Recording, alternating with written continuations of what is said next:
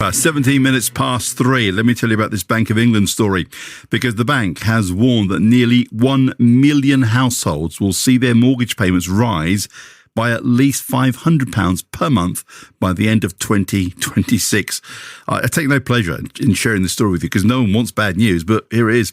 Borrowing costs have been growing with rising interest rates as the bank seeks to vanquish inflation. They've got to crush it. Dame Andrew Leadsom, the MP, sits on the Treasury Select Committee, which questioned lenders about mortgage costs yesterday. What mortgage lenders were able to tell us is that, in fact, people are not at the moment going into arrears. They're not seeing lots of people unable to afford their mortgages. And that is very reassuring because obviously that is the devastating thing, is to lose your home. Yeah, so far, most people are able to keep up with the increasing costs, but will that last? Well, listening to that is Sally Mitchell from Hertfordshire. Sally's a mortgage advisor and broker at the Mortgage Mum. Sally, good afternoon to you. Good afternoon. Sally, welcome to the programme. What's your reaction? Because when the Bank of England said this morning, I thought, hang on a minute, this is going to cause chaos. Yeah, I mean, it's certainly inducing quite a bit of panic, and not surprisingly, it's a massive amount for anybody to find on top of, already being squeezed left, right and centre, it feels. It is heartening to hear the transcription from the Treasury Select Committee and their interviews with the big banks, big lenders. And I do believe that is the case, that we're not seeing or haven't seen so far the sort of crash or repossessions that we have seen in the past. But of course, there's 1.5 million people who are on fixed products who have yet to move on to a new one. So we don't quite know what's going to happen in the future. I think we're just scratching the surface of the impact that this is going to have on the general public. See, at the moment, I think however tough it's been, people have just managed, whether they're just squeezing somewhere else where possible. We know lots of people are trying to get a second job or sell stuff on eBay just to earn some extra money. We know that's happened, and we haven't seen the kind of damage that we would expect to see. And I was talking to someone last night whose mortgage has gone up by £100 a month, which is not terrible, but if you're on a fixed income, it hurts. £500 a month, that's huge. Yeah, it is. It really is. And, unfortunately, we are a bit goldfish-like in our sort of lifestyles. We always spend up to our limit. And some people, of course, unfortunately, go over their limit. So you might have had some spare cash and disposable income around in the last year or so, especially when rates were so low. But that's certainly going to get swallowed up by these increased rates. Are you hearing from anyone who took on a large mortgage when interest rates were historically low, and now they are beginning to wonder, hang on, this could be a problem? Yes, absolutely. The buzzword for us at the moment is budget and affordability. The rates are changing so quickly and only in one direction. It's almost not worth sort of focusing on it's 6.1, it's 6.3, it's 5.9. It's whether you can afford it, because the rates are a fact. They are actually just a number. The key is, if they go to a certain level, are you still going to be able to afford it? And we have clients who come to us who are looking to move, and you run the figures, and actually, no, it's not affordable on their current budget because the rates are just too high at the moment. So people are having to rethink, putting off their move, putting off their change of circumstances to figure in an extra child that's coming along, or whatever. A lot of people are sitting on their hands and just sitting quietly, sitting still. I would not want to be starting out all over again, Sally, in the current climate, would you? No, I wouldn't. But really interestingly, the ONS did say, I love a stat, that at the moment 53% of all transactions are classified as first-time buyers. Now, that's the highest number in the last 10 years, which is incredible. You'd think, who in their right mind would get on the property ladder at the moment? But what I'm hearing from first-time buyers is, 6%, schmix percent, I don't know what it's like to have a low rate. So again, the buzzword, the watchword is affordability and budget.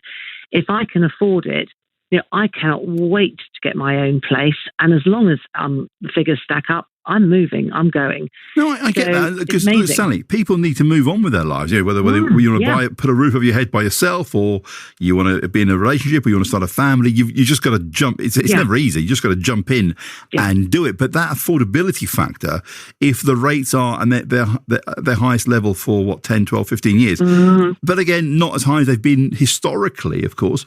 But then you've got to factor. I always try to do the quick sums in my head. It's, the council tax, the gas, the electric, the broadband. Presumably got to go somewhere, drive to work, or get a bus or a train, because everything has increased. So you've got to be able to afford it and have a bit extra in case it goes pear-shaped. Yes, absolutely.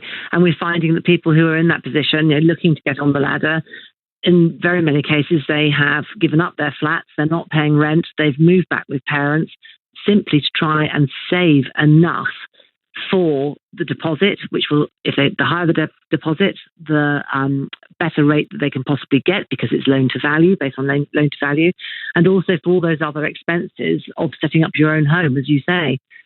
People, are really driven to make the change, and I take my hat off to them. They are working very, very hard to do so, but it's not easy in this climate. Sally, I appreciate it. Can I ask you, what happens if, as the Bank of England says, mortgage rates or your cost of your mortgage might rise by £500 on top of what you're already paying in the next few years? If you can't pay, what sort of mood are the lenders in? I mean, what's the process? Because I remember back in the late 80s, you can drive around any street anywhere in the country and you'd see houses boarded up where people had been turfed out, and it was horrible. Yeah, it was. I remember it myself. I had friends who it affected. First of all, the lenders are not in the business of making people homeless. Obviously, they are commercial entities. They have to make money.